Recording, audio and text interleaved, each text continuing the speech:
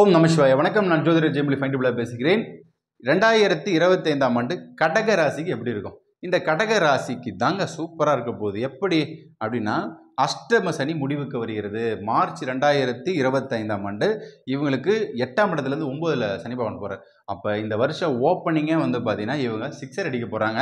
So அடிக்கக்கூடிய 6 பாலுமே 6 தாங்க. அப்போ கண்டிப்பாக கடகம் தான் உங்களுக்கு வந்து பார்த்தீங்கன்னா இமாலய வெற்றியை வந்து தரப்போகுது.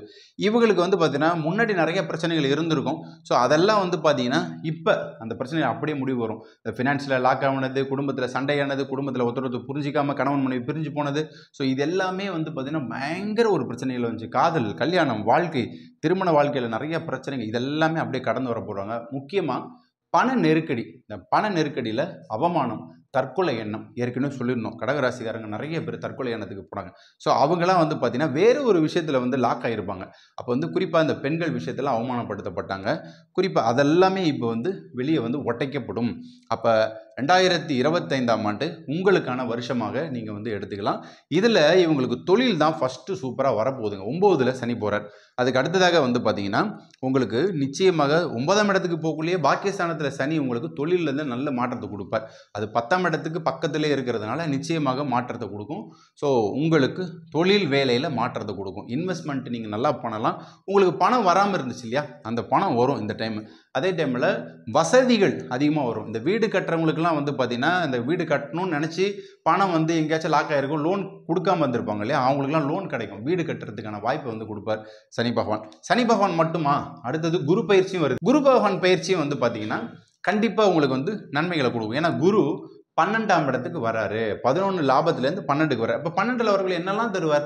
வெளிநாடு வாய்ப்பு கொடுப்பார். கடகராசிக்காரங்க ஏற்கனவே கடத்தில் இருக்கிறவங்க தான் அதிகமாக வெஸ்டர்ன் கண்ட்ரிஸ்க்கு போவாங்க.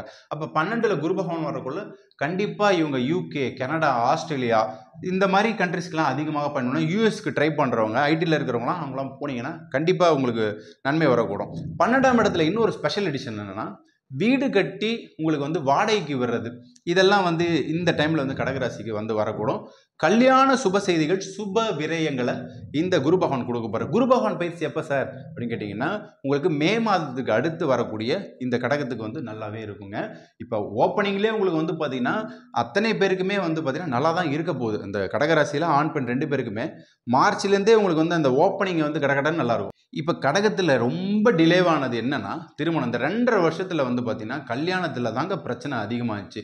யாருமே உங்களை நம்பாமல் உங்களுக்கு எப்படி பொண்ணு தருவாங்க அப்படின்ற அந்த விஷயத்துக்கு வந்து போய் நம்மளை அவமானப்படுத்தப்பட்டாங்க இல்லையா, நம்மளை அது எல்லாத்துக்குமே ஒரு முற்றுப்புள்ளி வைப்பீங்க. இவர் தான்ப்பா நம்ம வீட்டு மாப்பிள்ளை, இவர் தான் நம்ம வீட்டு மணப்பெண் அப்படின்ற அந்த இதை வந்து உங்களுக்கு சமுதாய அந்தஸ்தை வந்து கடகராசி அடைய போகிறாங்க. அப்போ கல்யாணம், கச்சேரிகள், பட்டையை கிளப்பக்கூடிய காலகட்டம் 2025.